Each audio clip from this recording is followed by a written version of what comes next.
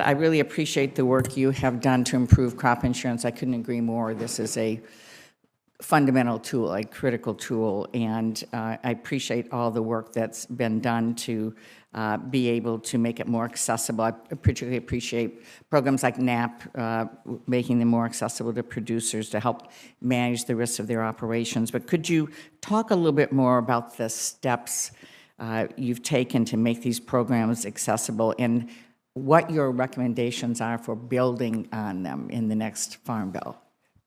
I'll start, then I might turn to my colleague, Administrator Bunger. You know, in all our phone programs, we're always trying to make them work better for producers. And in the case of crop insurance, it's through looking for ways to provide new products through our 508H process. It's looking for ways to expand opportunities like whole farm and micro farm that provide opportunities for specialty crop producers and others. So with everything we're doing, we're trying to open up the doors to make our crop, whether it's crop insurance or other safety net programs, available to as many types of producers to recognize the diversity of agriculture as we can. We think that remains important. And even with our ad hoc disaster programs, we structure them in a way to encourage folks to take advantage of whether it's NAP or crop insurance. So we think, again, crop insurance is absolutely vital, but let me turn to Administrator Bunger. Thank you, Undersecretary. Thank you, Senator, for the question.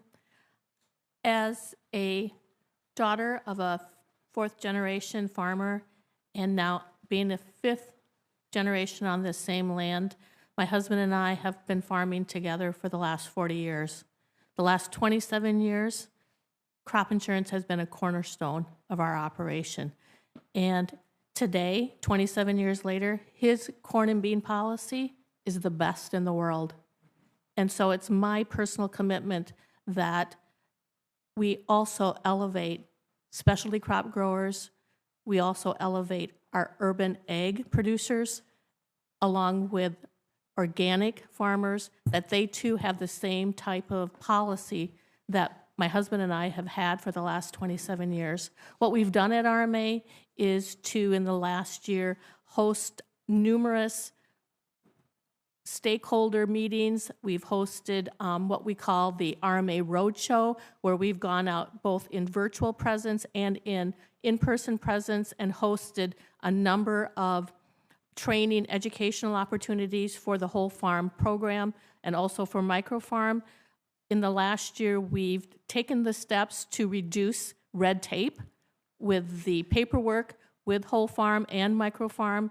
We've doubled the amount of revenue limits on whole farm. We've tripled that for microfarm so that now even more small beginning farmers have the opportunity to use that microfarm policy.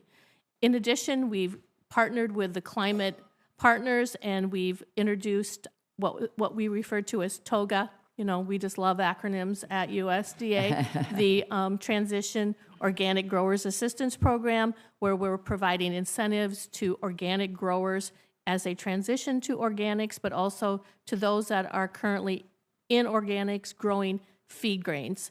You know, it's a passion of mine that all of these growers, whether they are beginning farmers, whether they are veterans, that they too have the same kind of policy that my husband and I have used for the last several years. Thank you. Well, I appreciate that very much, and it is different. When we say special crop growers, for instance, there's not one policy. It's a policy for cherries or a policy for blueberries or a policy for whatever it is. It's all different. It's complicated.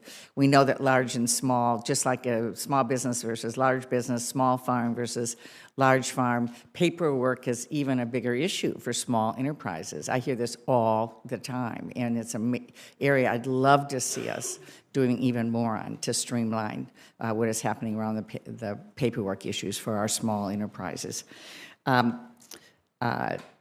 Mr. Bonney, let me ask you, there's a new crop insurance product that you announced, an innovative farm-led new crop insurance product known as PACE. I want to thank the corn growers and a whole group of farmers that really have come up with this. And It's to help farmers manage risks, save money by reducing their fertilizer use, and improve water quality. It's available in some counties in Michigan and other states. That was available last year, 2022, but there are going to be more coming on board. We've not yet seen any more added in Michigan. There's a lot of interest as well as in other states. Can you talk about the challenges in expanding new products like PACE and how the Farm Bill can improve the rollout process for products so that farmers have more of these innovative tools that they're actually coming up with themselves? Yeah, as you point out, this product really came through our 508H process from commodity groups and others. You know, one of the issues is making sure the agents out in the field. Crop insurance is a public-private partnership, and we need to make sure our agents have the tools they need to be able to sell these products. There's always a learning curve with new products like this. This is an innovation that we hope will work. It gives opportunities for producers to try new things, to think about ways that they can improve their stewardship. And as we roll it out and both farmers and agents get more familiar with it, our hope is that the folks will find utility in this approach. Thank you very much. I will turn to Senator Bozeman. Thank you, Madam Chair.